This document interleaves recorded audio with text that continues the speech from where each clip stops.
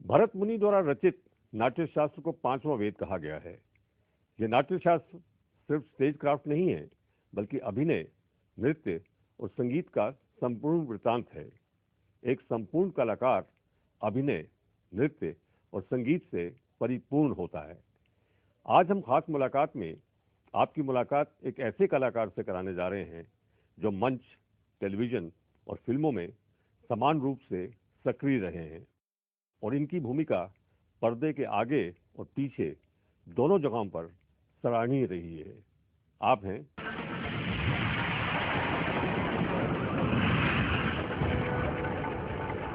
अब मंगत के पास अपनी किस्मत की हर पहेली का जवाब है।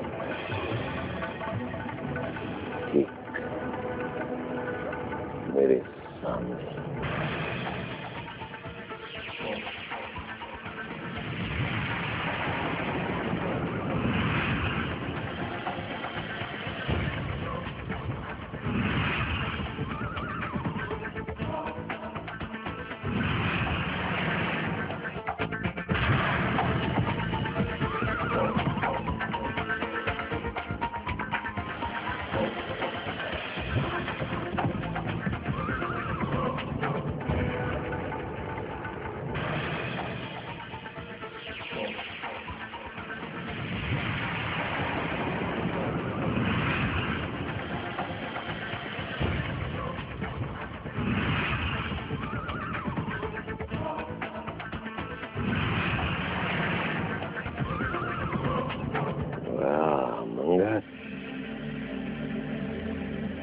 तुम्हारी किस्मत ऊपर वाले ने बहुत फुर्सत से लिखी है। जी हाँ, हमारे कार्यक्रम खास मुलाकात के आज के खुसूसी मेहमान हैं सुप्रसिद्ध रंगकर्मी, अभिनेता, निर्देशक, गायक, संगीतकार और न जाने क्या क्या। जी, हमारे कार्यक्रम के आज के विशेष अतिथि हैं श्री गोविंद पांडे। गोविंद जी, आपका स्टूडियो में बहुत बहुत स्वागत है। आपके बारे में जो मैंने अभी कहा तो मुझे समझ ही नहीं आ रहा कि हम कहाँ से शुरुआत करें, तो मैं आपसे एक रस्मन सवाल ये पूछता हूँ कि आप सबसे पहले तो हमें अपनी पारिवारिक परिवेश के बारे में कुछ बताएं, और क्या आप जो इतने आप सर्वगुण संपन्न हैं, तो आपके घर में कलाओं का माहौल था या आप अपने घर से पहले व्यक्ति हैं जिन्होंने इस क्षेत्र में कदम रखा? जी, मैं ब्राह्मण फैमिली से हूँ और उत्तराखंड से, और मेरे घर में इस तरह का कोई भी परिवेश नहीं है कला से संबंधित। मैं तो बचपन में बहुत मार खाई अपने भाइयों से कि इस लाइन में मैं ना जाऊं। तो 12वीं तक वो, क्योंकि मैं घर में सबसे छोटा था, तो तब तक कोशिश करते रहे कि किसी तरह से पढ़ाई ज़्यादा करे और इस तरफ ना जाए, तो मैं भी चोरी छिपे मंडी हाउस चला जाता था। तो मेरा परिवेश बिल्कुल नहीं था, और मैं उत्तराखंड से बिलोंग करता हूँ, जिला अल्मोड़ा से, और मेरी पैदाइश दिल्ली की है। तो आपने सबसे पहले आपने कहा कि आप जब तक आप 12वीं क्लास में थे, आपको घर से थिएटर के लिए मार दिखानी पड़ी, तो आपने कब ये फैसला किया कि अब आप सिर्फ अपने आप को रंगमंच को समर्पित करेंगे? ये बचपन से था सर, कि जब मैं चौथी पांचवी में था, तो उस दौरान मुझे याद है शायद इमरजेंसी लगी थी, और उस दौरान हम लोग टीवी पर जो संडे को फिल्म आती थी, और एक चित्रहार सर भी यही आता था, और चोरी छिपे से घर वाले देखने देते थे, किसी पड़ोसी के वहां दिखाते थे हम। तो तब से हमें ये लगता था कि टीवी पे जितने भी एक्टर्स आते हैं ये सब भगवान है, और हमें भी ऐसे कुछ बनना है।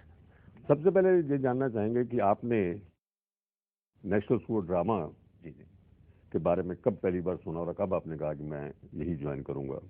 बचपन में मैं चंपक जो मैगजीन लोटपोट आती थी वो पढ़ते थे हम, तो उसमें जरीना भाव साहब जो फिल्म एक्ट्रेस रही हैं, तो उनका एक आर्टिकल आया था, उन्होंने इस स्कूल के बारे में जिक्र किया था किसी बात को लेकर के। तो हमें उनका एड्रेस मिल गया, तो हमने उनको खत लिखा कि मैं ये करना चाहता हूँ, और तो वहाँ से जवाब आया कि नहीं नहीं, आप इस ऐसे स्कूल में, आप दिल्ली में रहते हैं तो वहाँ जाइए। उस वक्त मैं बहुत छोटा था, 7th क्लास में 8th क्लास में रहा हूँगा। तो उस वक्त NSD में आने के लिए 12th जो थी वो मिनिमम क्वालिफिकेशन थी। तो फिर मैंने कोशिश करनी शुरू की कि किसी तरह से मंडी हाउस पहुंचा जाए और थिएटर किया जाए, और वहाँ NSD करने के लिए जो मिनिमम क्वालिफिकेशन होती है उसको हासिल किया जाए। तो इस तरह से मैं मंडी हाउस आ गया। तो 90 में मैंने फर्स्ट टाइम वो भरा और मेरा नहीं हुआ, और हम लोगों को पूना भेज दिया गया 3 महीने के लिए। और वहाँ 3 महीने हम लोगों ने खूब ट्रेनिंग की, और सब यशपाल, मुकेश तिवारी, जितने फिल्म एक्टर हैं आज, जो थिएटर के एक्टर थे बाद में फिल्म एक्टर हो गए, ज्ञान हो गया, अपना यशपाल शर्मा हो गया, मुकेश तिवारी हो गया, बहुत सारे एक्टर जो उस वर्कशॉप में थे। 91 वाले बैच में मेरा हो गया एनएसडी में। फिर पता नहीं क्या मतलब ये हुआ कि इन्होंने मुझे पता नहीं क्यों नहीं लिया, और मैं इस लायक था कि पहले वाले बैच में 90 वाले बैच में मुझे लेना चाहिए था। तो अब मैं इनको पढ़ाने आऊँगा। तो मैंने गुस्से में मैंने एमए किया, एमए के बाद पीएचडी में एडमिशन ले लिया, और मैंने थिएटर में पीएचडी की। गोविंद जी, आपने कहा कि जब आपको एनएसडी में एडमिशन नहीं मिली तो आपने एमए किया और आपने पीएचडी की, और आपने पीएचडी भी की नाटक के ऊपर। थिएटर का। तो जो आपका जो थीसिस था जी, वो क्या था? मेरी थीसिस थी स्वतंत्रोत्तर हिंदी नाटक पर लोक नाट्य शैलियों का प्रभाव। क्योंकि मैं फोक थिएटर से जुड़ा हुआ आदमी था, और फोक लोगों के साथ बहुत जुड़ाव हो गया था मेरा दिल्ली में रहते हुए भी। मैंने तीजन बाई हूँ या बालेश्वर हूँ या हिंदुस्तान के जितने से बड़े जो लोक कलाकार हुए, सौभाग्य से मोहन उपेती जी की वजह से उनके बीच में उठना बैठना, प्रोग्राम देना, वो मेरा मतलब जैसे मैंने बताया कि 8th क्लास में मैं आ गया था मंडी हाउस में, तब से चालू रहा। तो मुझे था कि नहीं, ये सब्जेक्ट मेरे हाथ में है, और क्योंकि कंटेम्प्रेरी थिएटर में कर रहा हूँ एनएसडी के इतने बड़े बड़े लोगों के साथ, तो ये मैं बहुत आसानी से कर लूंगा।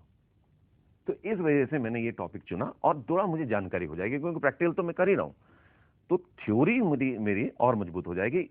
इस कर मैंने ये सब्जेक्ट चुना। पीएचडी खत्म हुई तो बजाज साहब की नज़र पड़ी, तो उन्होंने कहा कि यार तू रेपेट्री में आया जाया करता था कैजुअल आर्टिस्ट के तौर पर, सिंगर के तौर पर, म्यूजिशियन के तौर पर, तो उन्होंने कहा ज्वाइन करोगे? तो मैंने रेपेट्री ज्वाइन कर ली 97 एंड में, और उसके बाद मैं 10 साल वहाँ रहा, ए ग्रेड भी रहा। जी, चलिए हम लोग गोविंद जी आपके पर्वती कला केंद्र के बारे में और एनएसडी के जो रेपेट्री है उन दोनों की चर्चा करेंगे, लेकिन अभी रुकेंगे कमर्शियल ब्रेक के लिए।